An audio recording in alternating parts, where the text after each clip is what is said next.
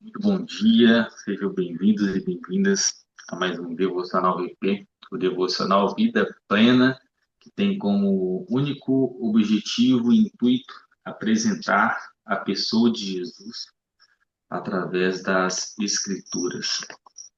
E hoje a gente vai dar sequência à nossa série de meditação na palavra sobre cosmovisão, né? A convicção verdadeira, ela nasce de uma cosmovisão transformada pela luz do Evangelho. Então a gente vai dar sequência na conversão de Paulo, né? A gente falou sobre o coração convertido, né? A conversão ela começa do coração com uma boa fé, né? Uma fé não fingida, uma boa intenção, um coração puro. Depois nós falamos sobre a vida transformada de Paulo, como Paulo se transformou no seu encontro com Jesus. E hoje, e na outra semana, a mente renovada, né? Sobre Romanos 12:2. Então a gente transforma o nosso coração para receber o Espírito Santo e nos transformamos através da nossa mente, né? Da nossa mentalidade. E essa transformação, ela gera uma nova cosmovisão, porque a partir do momento que você transforma a sua forma de enxergar o mundo, tudo também se transforma. E hoje nós vamos meditar na segunda carta de Paulo aos Coríntios, capítulo 4, versículos de 1 a 3. Segunda carta aos Coríntios, capítulo 4, versículo de 1 a 3, que fala da seguinte forma: Portanto, vendo que temos este mistério, como nós temos recebido misericórdia, não desfalecemos. Mas tendo renunciado às coisas escondidas por essa desonestidade, não andamos em astúcia, nem manipulamos a palavra de Deus enganosamente, mas, pela manifestação da verdade, nos recomendamos a consciência de todo homem à vista de Deus. Mas, se o nosso evangelho está escondido para aqueles que estão perdidos, nos quais o Deus, D minúsculo, o Deus deste mundo, cegou a mente daqueles que não creem, para que a luz do glorioso Evangelho de Cristo, que é a imagem de Deus, não brilhe para eles. Porque não pregamos a nós mesmos, mas a Cristo Jesus, o Senhor, e a nós mesmos, vossos servos por causa de Jesus. Porque Deus que ordenou que a luz brilhasse das trevas, brilhou em nossos corações, para dar a luz do conhecimento da glória de Deus na face de Jesus Cristo. Temos, porém, este tesouro em vasos de barro, para que a excelência do poder seja de Deus e não de nós. Nós somos atribulados por todo lado, contudo não angustiados.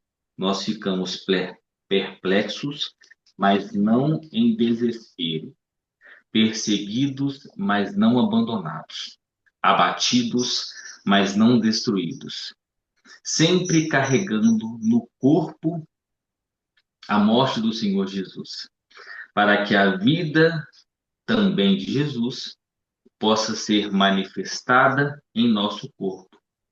Porque nós que vivemos somos sempre entregues à morte por causa de Jesus, para que também a vida de Jesus possa ser manifestada em nossa carne mortal, de modo que a morte trabalhe em nós, mas a vida em nós. Tendo nós o mesmo espírito de fé, conforme está escrito: Eu criei e por isso falei. Nós também cremos e por isso falamos. As cartas de Paulo, elas são muito fortes, porque Paulo ele passou por um processo de transformação real e verdadeira, né? Pelo próprio Senhor Jesus. E aqui a gente entende que Paulo ele fala que toda glória, né, toda honra é para Jesus. E, e a luz do Evangelho, né, a palavra do Evangelho através de Cristo, que tem esse poder de transformar, né, que por mais que você passe por tribulações, você passe por dificuldades, você não cai, porque Cristo, ele te dá esse poder de superação. E aqui tem uma parte que ele fala que é muito importante, que temos, porém, este tesouro em vasos de barro.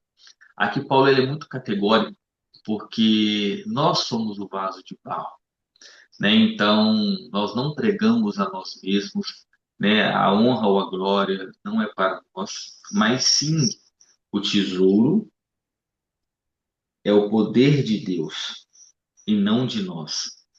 E aí Paulo, ele mostra que a renovação da nossa mente, ela gera uma nova cosmovisão, um novo jeito de enxergar Deus, o mundo e a nós mesmos. Paulo, ele, antes desse encontro com Jesus, Paulo era fariseu, Paulo era um mestre da lei, Paulo sabia muito, Paulo era muito impetuoso, então ele seguia a lei à risca, né? Ele foi treinado, né? Pelo Gamaliel, então ele sabia muito da palavra. Só que Paulo, ele tinha uma cosmovisão, né?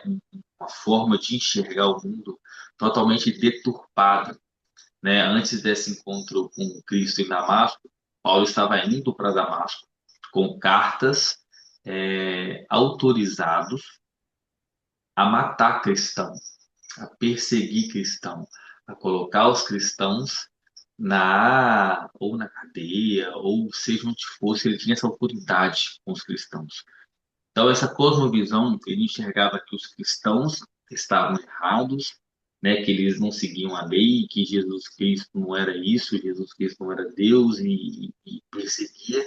Tanto que quando Jesus encontra Paulo, ele fala, né, Paulo, por que tu me persegues? E aí, neste encontro, Paulo, ele fica cego por 3 dias, e ao ficar cego, a gente consegue entender que Paulo ele tem aquela transformação do coração primeiro, né? O coração é transformado, esse sentimento que ele tinha nesses 3 dias tem essa transformação verdadeira e genuína. Quando ele volta a enxergar que Jesus manda, né, Ananias ir à rua direita orar para Paulo, ele parece que as escamas dos olhos dele caem, como se fossem escamas, né?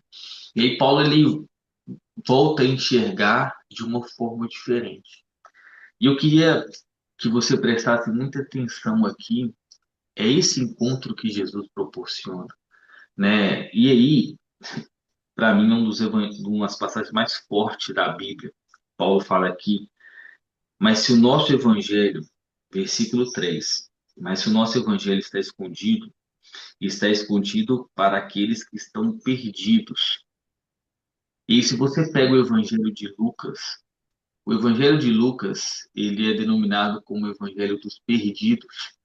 É Jesus passando, indo em encontro às pessoas e as pessoas, né? A gente tem um jovem rico que encontra Jesus, mas não muda, prefere o dinheiro e Jesus promete o tesouro do céu. Depois tem um cego Bartimeu no caminho que não enxerga, mas ouve Jesus, sabe quem é Jesus. E depois tem Zaqueu. E aí, olha o tanto de pessoas que Jesus passou por eles aqui na Terra, mas continuaram perdidos. Mas aqui Paulo ele explica o que que acontece para que essas pessoas que estão perdidas. No versículo 4 ele fala assim: nos quais o Deus com minúsculo, aí seria o inimigo, né? O Deus deste mundo. E deste mundo por quê? Jesus sempre falou que o meu reino não é deste mundo. Isso aqui dá pano para manga, a gente fala por muito tempo, porque e Paulo continua, né, em outras cartas, que a carne ele milita contra o espírito e a carne é inimiga de Deus. Então, isso aqui, ó, é deste mundo. Só que o nosso espírito é eterno. E aí, o que que o inimigo ele faz? Nos quais o Deus deste mundo cegou a mente daqueles que não creem. E algumas tradições fala que o inimigo cegou o entendimento dos incrédulos, porque tem aquele que enxerga, tem aquele que não enxerga e aquele que tem a cegueira do entendimento. Ele enxerga, mas não vê. Ele enxerga na frente dele, mas não entende. É isso que o inimigo faz conosco, para que a gente não possa acessar a luz do Evangelho, que é a Bíblia. E aí o que que acontece? A Bíblia é chata, eu não entendo, eu não consigo ler. E aí, quanto mais distante da Bíblia, quanto mais distante da palavra, quanto mais distante do Evangelho, quanto mais distante do Espírito Santo através da palavra, o inimigo ele vence. Por quê? Cegou a mente daqueles que não creem, para que a luz do glorioso Evangelho de Cristo, que é a imagem de Deus, que é Deus encarnado, não brilhe para eles. Só que aí Jesus, aí Paulo, no versículo 6 ele fala: porque Deus que ordenou que a luz das trevas brilhasse, brilhou em nossos corações. Então, o que que o inimigo ele faz? Ele tenta bloquear, através das trevas, qualquer acesso da luz do Evangelho. E por que que a gente está aqui hoje? Para que você que está ao vivo ou você que está vendo gravado, libere o seu coração, a sua mente, para essa palavra entrar. Que você entenda que quanto mais distante de entender a Bíblia, por isso que não existe religião, a Bíblia não tem religião, a Bíblia é a palavra de Deus para nós. E enquanto as pessoas ficam brigando por religião, o inimigo está vencendo. O inimigo, ele quer que exista confusão, deturpação, briga para que o verdadeiro evangelho não resplandeça. Então, quando Cristo ele transforma a nossa vida, Cristo ele muda a nossa convicção, o nosso propósito e pela causa que nós vivemos. E é por isso que o inimigo não quer esse acesso à palavra de Deus. Porque quando você tem um encontro verdadeiro, genuíno e real com Cristo, e você deixa ele te acessar, porque o jovem rico, que não é o caso, mas ele teve um encontro com Jesus, mas ele não deixou Jesus acessar. Zaqueu também teve e deixou Jesus acessar. Então, muitas pessoas sabem quem é Jesus, conhecem a palavra, mas não deixa Jesus acessar e transformar de verdade. É como se Jesus entrasse no carro e ficasse no banco de carona. E Jesus quer pegar o volante, quer guiar, falar: meu filho, descansa, e eu sou motorista, eu vou te levar, eu sei. Aí Salmos 37:5 fala: entregue seus caminhos ao Senhor, confia nele e o mais ele fará. Então as pessoas têm muita dificuldade de entregar, de acessar, de liberar para que Jesus possa conduzir. E aí a gente entende o contexto dessa carta aos Coríntios, é porque na época que essa carta foi escrita, a igreja de Coríntios ela era inserida em uma cultura pagã e cheia de valores distorcidos. Então, a cosmovisão deles eram distorcidas e Paulo ele entrega o evangelho para que eles pudessem ser convertidos de verdade. E Paulo é a pessoa, né, que foi o exemplo. Paulo, ele tinha uma convicção equivocada antes do encontro com Jesus, era perseguidor por zelo religioso, e após o encontro, a sua cosmovisão, ela mudou de perseguidor a pregador. Então Jesus ele transforma, né? Ele de perseguidor ao evangelho, ele foi um canal de espalhar a luz do evangelho para os outros. Então, essa verdadeira convicção, né, essa verdadeira conversão, ela surge quando a luz do Evangelho dissipa as trevas do entendimento, que é o entendimento distorcido para o entendimento real e verdadeiro. Por isso que Jesus fala: eu sou o caminho, a verdade e a vida. A verdade do Evangelho não é relativa, não tem nenhum relativismo com a verdade do Evangelho. E a gente entende, fazendo outras conexões com outros versículos, Salmo 51 fala assim, né? O salmista, ele pede: cria em mim, ó Deus, um coração puro e renova em mim um espírito reto. Não me lances fora da tua presença e não retires de mim o teu espírito, Espírito Santo. Torna a dar-me alegria a da tua salvação e sustém-me com espírito voluntário. Então é isso que a gente tem que pedir para que o Senhor Jesus possa criar em nós sempre esse coração puro, essa renovação do espírito reto. E Salmo 27 fala: uma coisa pedi ao Senhor e a buscarei. Você pede, mas também você busca, que é o quê? Morar na casa do Senhor todos os dias da minha vida para contemplar a formosura do Senhor e aprender no seu templo. Imagina a gente conseguir morar de fato na casa do Senhor todos os dias da nossa vida, na eternidade, e aprender no seu templo, aprender com o próprio Deus. Então, é o que a gente tem que buscar. É isso que o inimigo ele não quer que a gente acesse a vida eterna. O inimigo quer que a gente fique preso o máximo possível aqui na Terra, apegado com as coisas da Terra, para que a nossa cosmovisão seja terrena, que o nosso sentimento seja terreno, que a nossa mentalidade seja terrena, pro agora, pro hoje, para mim, tudo eu, tudo eu, tudo eu. É isso que o inimigo ele quer. Só que a luz do evangelho, ela vem para quê? Ela vem para o outro, ela vem para o servir. A gente já falou aqui no devocional várias vezes que o alimento, né, o fruto da árvore não é para a própria árvore. O fruto é sempre para o outro. Então, o evangelho é muito sobre servir. O evangelho é muito sobre se doar, se entregar para o outro. E aí é o que Jesus ele falou, né? Eis que vos dou um novo mandamento. Amai-vos uns aos outros como eu vos amei. E é difícil demais. E o próprio Evangelho de Cristo fala: maior é o que serve. O reino de Deus é diferente. O último é o primeiro e o maior é o que serve. Só que aqui na terra é diferente. Maior é o que recebe. Tudo meu, quanto mais eu receber, maior e melhor eu fico. Então é difícil a gente deixar essas trevas do mundo dissipar e a luz do evangelho entrar. E aí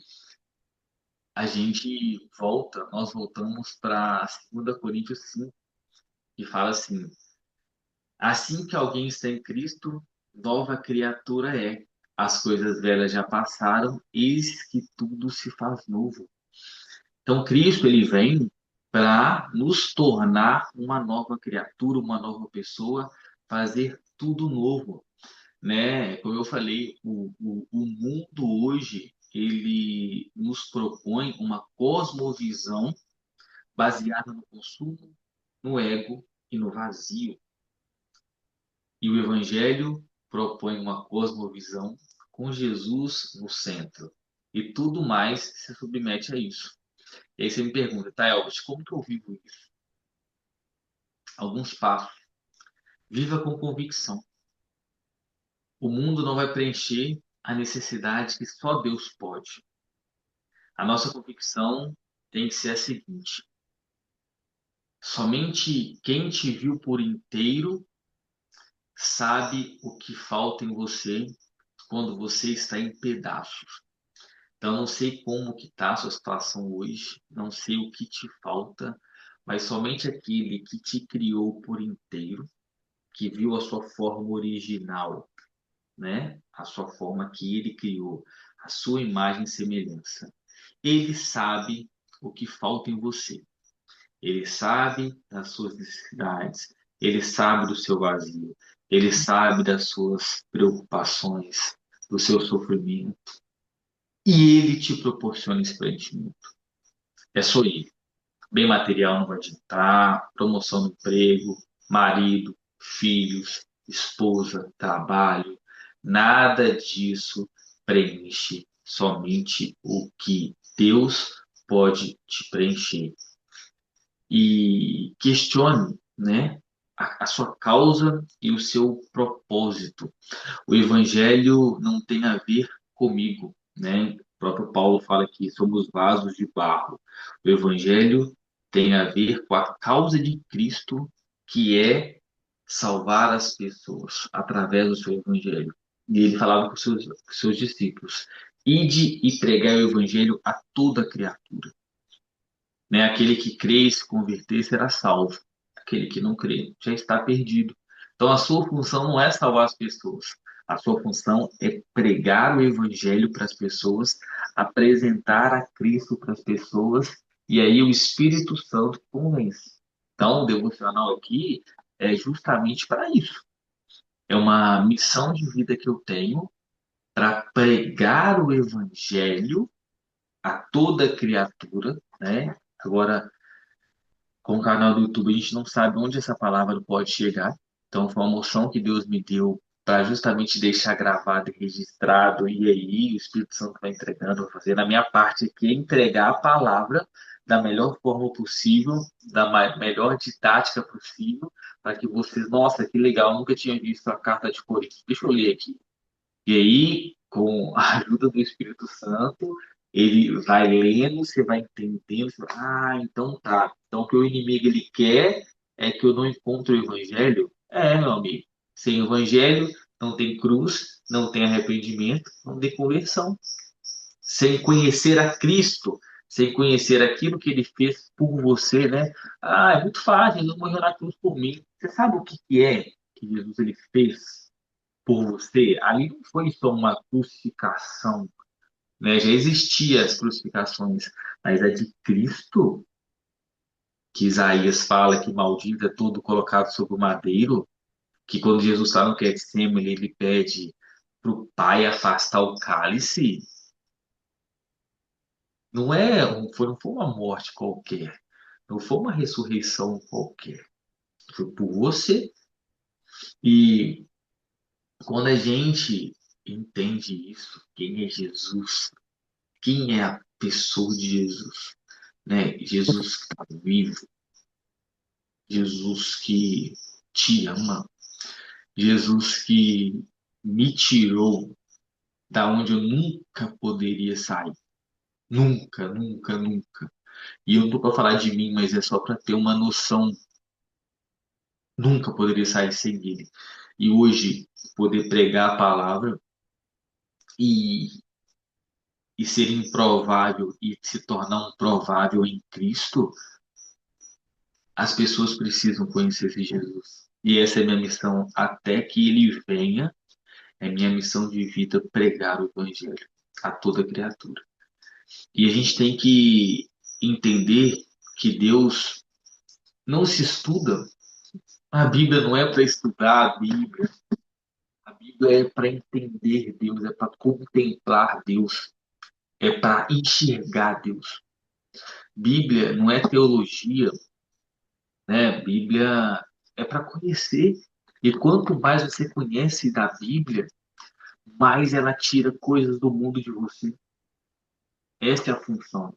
É você ler, como Paulo, e falar assim: não vivo mais eu, mas Cristo vive. É deixar que o mundo esvazie, saia, saia, saia, saia, e seu espírito fortaleça, né? É entender que combater a influência do mundo na nossa vida. Então, a minha cosmovisão mudou, porque a luz do Evangelho iluminou minha vida. Agora, minha convicção é viver para Cristo e influenciar o mundo com a sua luz.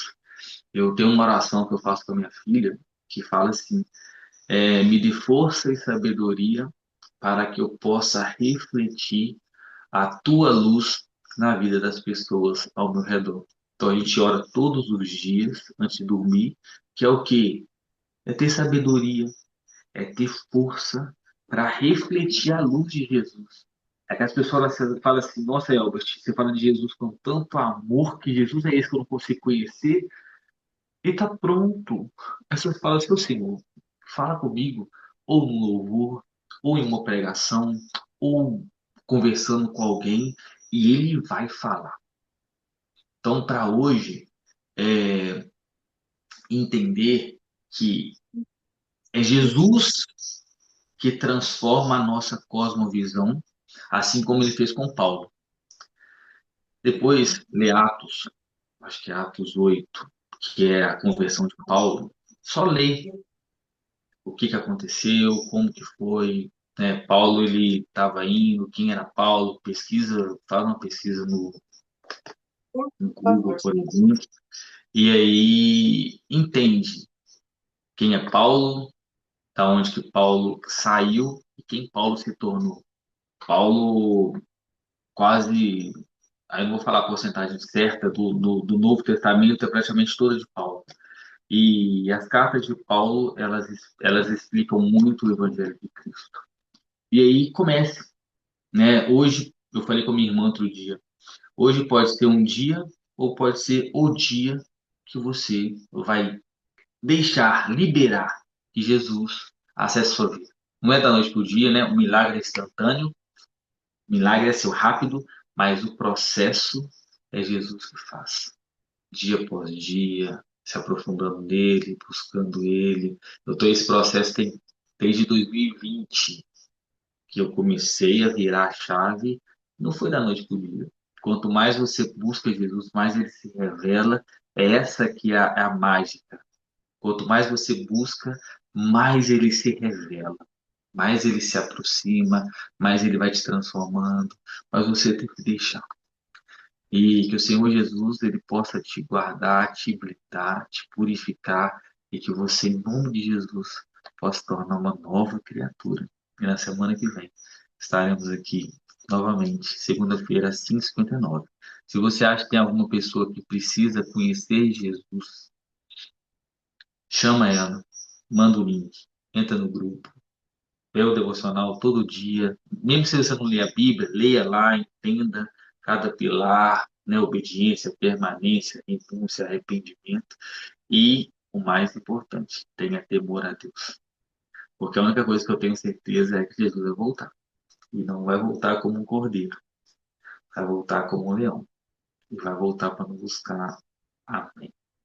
Uma excelente semana, que possamos a cada dia mais trazer mais pessoas, né? Acessar mais pessoas e vamos junto. Em nome de Jesus. Beijo pra vocês. Tamo junto. Até semana que vem.